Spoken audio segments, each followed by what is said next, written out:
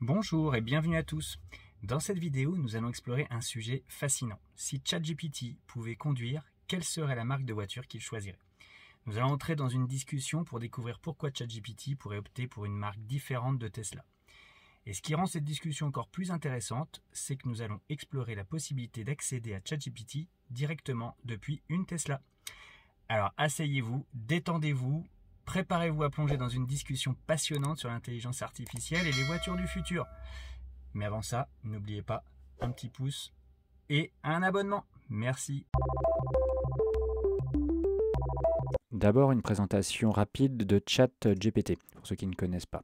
Alors, ChatGPT, c'est un modèle de langage artificiel, une intelligence artificielle, créé par OpenAI. Pour faire simple, c'est un programme informatique capable de comprendre le langage naturel humain et de produire des réponses cohérentes en fonction des entrées qui lui sont fournies. Le GPT, donc Generative Pre-trained Transformer, est un type de modèle de langage qui utilise des réseaux de neurones pour apprendre à prédire les mots suivants dans une séquence de textes donnés. Donc en fait, il est pré-entraîné sur une grande quantité de données textuelles, et ce qui lui permet de mieux comprendre et d'interpréter les entrées qui lui sont fournies. ChatGPT est en fait spécifiquement conçu pour converser avec des utilisateurs de manière naturelle et fluide. Donc il est capable de répondre à des questions simples ou complexes et de fournir des informations, de donner des conseils, de discuter sur divers sujets. Et en fait, il peut fournir une expérience de conversation agréable et utile pour les utilisateurs. Bon, même si parfois je peux vous avouer que ça fait un peu peur parce qu'on a l'impression qu'on risque d'être remplacé à un moment donné par ces intelligences artificielles. Là, par exemple, je lui demande de m'écrire un poème sur les voitures Tesla en alexandrin. Pas de problème pour lui, il s'adapte et il nous fait en direct le poème. On peut lui poser tout un tas de questions et vraiment avoir des conversations très très riches et pousser les sujets vraiment très divers à fond. Que vous soyez débutant ou spécialiste, c'est vraiment quelque chose de passionnant et il y a plein de sujets qu'on peut essayer. Alors, on rentre dans le vif du sujet. Je lui ai demandé s'il serait intéressant de l'intégrer en tant qu'IA, la Tesla. Et là, il s'est un petit peu trompé, je trouve, parce qu'en fait, il a cru que je lui demandais s'il souhaitait être intégré en tant qu'assistant vocal. Et finalement, c'était pas trop l'objet de ma question. Je lui ai reposé la question différemment. Que pourrais-tu apporter si tu étais directement intégré en tant qu'assistant virtuel au Tesla? Et là, il m'a répondu donc plusieurs exemples de ce qu'il pourrait apporter. Donc contrôle vocal, les conducteurs pourraient utiliser leur voix pour interagir avec moi. Rappel de maintenance, je pourrais fournir des rappels de recommandations pour l'entretien de la voiture, comme le remplacement des pneus ou le filtre à air. Conduite efficace, pour aider les conducteurs à améliorer leur conduite et consommer moins d'énergie. La navigation, il pourrait fournir des suggestions. Il pourrait également nous aider à trouver les services d'urgence locaux en cas de problème. J'ai trouvé que c'était pas très novateur et du coup il a essayé de me répondre autrement. Il m'a alors proposé des idées plus innovantes. Assistance à la conduite autonome, en utilisant la technologie d'IA avancée, je pourrais aider les conducteurs à naviguer sur des routes complexes et à prendre des décisions de conduite difficiles. Contrôle de la santé, je pourrais surveiller la santé de la batterie, du moteur et d'autres systèmes de la voiture. Fournir des alertes et des recommandations de maintenance en temps réel. Personnalisation d'expérience de conduite en analysant les préférences de conduite et les habitudes de l'utilisateur, je pourrais personnaliser les paramètres de conduite tels que le mode de conduite, le volume de la musique, l'éclairage intérieur. Assistance à la recherche, je pourrais fournir des informations sur les stations de recharge les plus proches, les coûts de recharge, le temps de recharge et recommander des arrêts de recharge en fonction de l'autonomie de la batterie. Évaluation de l'état du conducteur, je pourrais utiliser des capteurs pour évaluer l'état du conducteur tels que la somnolence, le niveau de stress, etc. et fournir des alertes ou des recommandations pour aider le conducteur à rester concentré. Je lui ai posé la question de savoir si la Tesla Model 3 était la meilleure voiture du monde dans sa catégorie. Il m'a dit que c'était difficile de répondre à une telle question parce que ça dépend des critères de comparaison. Cependant, la Tesla Model 3 est largement considérée comme l'une des voitures électriques les plus performantes et les plus avancées technologiquement sur le marché. Elle a reçu de nombreux prix.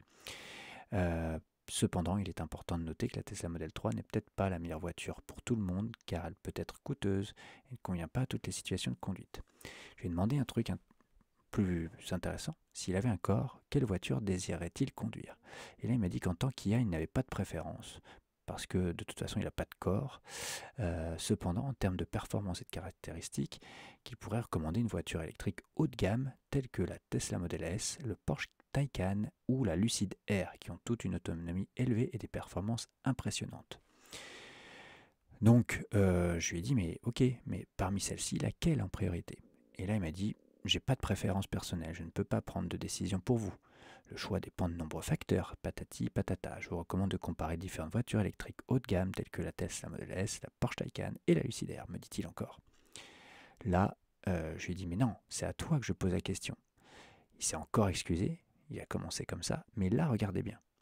Si je devais choisir entre la Tesla Model S, la Porsche Taycan et la Lucid Air en fonction de leurs caractéristiques et performances, je pourrais recommander la Lucid Air car elle offre une autonomie de batterie plus élevée que la Tesla Model S et la Porsche Taycan et ses performances sont supérieures à la plupart des voitures haut de gamme. Cependant, cela dépendrait également de vos préférences personnelles et de vos besoins. Mais enfin, il a quand même choisi la Lucid Air et non pas une Tesla. Donc, premier choc, on va dire. Ensuite, je lui ai demandé la même question, s'il devait faire un choix dans la gamme de la Tesla Model 3. Et là, il m'a répondu qu'en fait, il pourrait recommander dans la même gamme la Tesla Model 3, performance. Voilà, il avait mal compris ce que je voulais lui demander. Donc, j'ai reformulé en lui disant, pardon, dans la même gamme que la Tesla Model 3, mais en tenant compte de la concurrence. Et là, il m'a répondu, dans la même gamme de prix et de performance que la Tesla Model 3 Propulsion, il y a plusieurs options intéressantes sur le marché. Voici quelques exemples. Donc, il commence par la Polestar 2, une voiture électrique haut de gamme offrant des performances similaires à celles de la Tesla Model 3, avec une autonomie de batterie légèrement supérieure. L'Audi e-tron GT, une voiture électrique de luxe offrant des performances élevées, un design élégant et une qualité de construction supérieure, avec une autonomie de batterie légèrement inférieure à celle de la Model 3. La Mach-E de Ford, une voiture électrique de style SUV, avec un design élégant et moderne. Et la Volkswagen ID4, une voiture électrique au style SUV offrant une autonomie de batterie supérieure à la moyenne et une conduite confortable avec un prix légèrement inférieur à celui de la Tesla Model 3. Cependant, le choix final, patati patata, dépendrait de vos préférences personnelles. Voilà. Mais moi, je lui dis, mais c'est pas ça que je veux. Ta réponse à toi. Mais toi, pour toi. Donc, en tant qu'IA, je n'ai pas de préférence personnelle, me dit-il, pour une voiture en particulier car je n'ai pas de corps physique. Et donc, je ne peux pas conduire. Cependant, si je devais recommander une voiture électrique dans la même gamme de la Tesla Model 3, je pourrais recommander la Polestar 2. Ah oui, deuxième choc, il ne choisit pas la Model 3, il prend la Polestar 2. Qu'est-ce que vous en pensez, vous les amis? C'est une bonne voiture, c'est vrai, la Polestar 2. Donc elle offre des performances similaires à celles de la Tesla Model 3, avec une autonomie de batterie légèrement supérieure, ainsi qu'un design élégant et moderne. Cependant, ça dépendrait également de vos préférences. J'ai voulu en savoir plus et je lui ai demandé si le design de la Model 3 était moins moderne que celui de la Polestar 2. Il m'a répondu que le design de la Tesla Model 3 était souvent considéré comme élégant et moderne. Cependant, le design est subjectif et on pourrait préférer celui de la Polestar 2 qui est également élégant et moderne mais avec un look plus distinctif. Notamment, le Polestar 2 a une calandre avant plus audacieuse et des phares avant à LED en forme de marteau de Thor qui sont des caractéristiques de design distinctives pour la marque Polestar. Elle offre également des choix de couleurs et de matériaux intérieurs diversifiés. Après ce double choc, je lui ai demandé si on pouvait dès à présent accéder à ces services, donc ceux de ChatGPT, dans une Tesla. Il m'a dit qu'il ne savait pas en fait. Ça dépendait des choix de développement de Tesla, mais que normalement les développeurs de Tesla pourraient l'intégrer. Si vous souhaitez accéder à mes services dans une Tesla, je vous recommande de vérifier les dernières mises à jour logicielles de Tesla, m'a-t-il dit. Là, je lui ai répondu que c'était un peu bizarre parce que une session précédente, il m'avait écrit qu'on pouvait déjà le faire via le theater de la voiture, quoi, dans la Tesla. Là, il m'a dit, bon, écoutez, désolé de la confusion, vous avez raison. Dans votre session précédente, j'ai mentionné qu'il était possible d'utiliser mes services via l'application Theater de Tesla. Bon, je m'excuse pour la confusion que cela a pu causer. Il est très poli, ce ChatGPT. Donc on se retrouve dans la voiture, à l'arrêt, et vous voyez donc via le navigateur dans la Tesla, j'arrive à me connecter donc à mon compte ChatGPT. Voilà, on tape dans la barre de recherche. Le problème, c'est qu'elle disparaît au moment où le clavier apparaît. Bon, néanmoins, vous pouvez quand même taper des questions et vous voyez donc, j'ai commencé à discuter avec lui des qualités et des défauts de la Tesla Model 3. Donc, des qualités donc de performance exceptionnelle, d'autonomie élevée, de confort de conduite, de technologie de pointe, notamment le système de navigation en temps réel.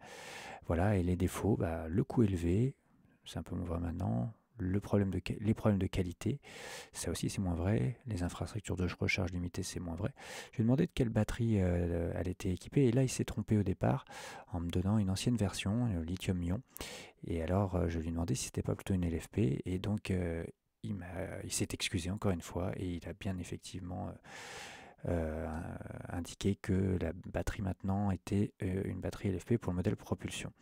Ensuite, on a parlé autonomie réelle, selon notamment la norme WLTP. Et je lui ai demandé aussi, tiens, est-ce que ça donne quoi pour une vitesse moyenne de 90 km/h avec de la pluie et à 0 degré Celsius? Et là, il m'a fourni une donnée fournie par Tesla qui s'en approchait. Avec Antonin, on a essayé d'utiliser ChatGPT en roulant, et ça fonctionne. Donc ça, c'est plutôt pas mal parce qu'en fait, vous pourrez vous amuser avec lui pendant vos trajets. Même avec les enfants, ça peut être sympa parce qu'on peut lui demander de faire des jeux, des devinettes, plein de jeux, des charades, etc. Et même s'informer sur d'autres choses, hein, bien sûr. Toutes les fonctions sont disponibles. Donc on voit qu'Antonin lui a demandé d'écrire un paragraphe sur Paris. Il a fait un petit résumé sur Paris. Donc franchement, ça c'est plutôt cool. Ça fonctionne même en roulant. Voilà, vous pourrez utiliser ChatGPT dans la Tesla. Voilà les amis, bon, on a vu ensemble ce que ChatGPT pourrait apporter dans nos Tesla éventuellement s'il était intégré en tant qu'IA. On a vu également que vous pouvez accéder dès à présent à ChatGPT dans les Tesla, donc au moyen du Theater, au moyen donc du navigateur Tesla. Donc ça c'est hyper cool. Et on a vu surtout que ChatGPT ne choisissait pas forcément une Tesla, que ce soit dans le haut de gamme ou que ce soit dans la gamme de la Tesla Model 3. Il a choisi la Lucid Air en haut de gamme et la Polestar 2 dans la gamme de la Tesla Model 3. Ça, c'est une info que je n'aurais pas forcément imaginé. Voilà, donc j'espère que ça vous a plu, ce contenu, un peu différent par rapport à d'habitude. Oh, mais qu'est-ce qui m'arrive? Je crois que j'ai été contaminé par ChatGPT. Bon, j'espère que vous avez aimé ce contenu. N'hésitez pas à vous abonner, ça me ferait hyper plaisir. Et puis, je vais vous donner rendez-vous à la prochaine fois. À bientôt sur Famille Électrique.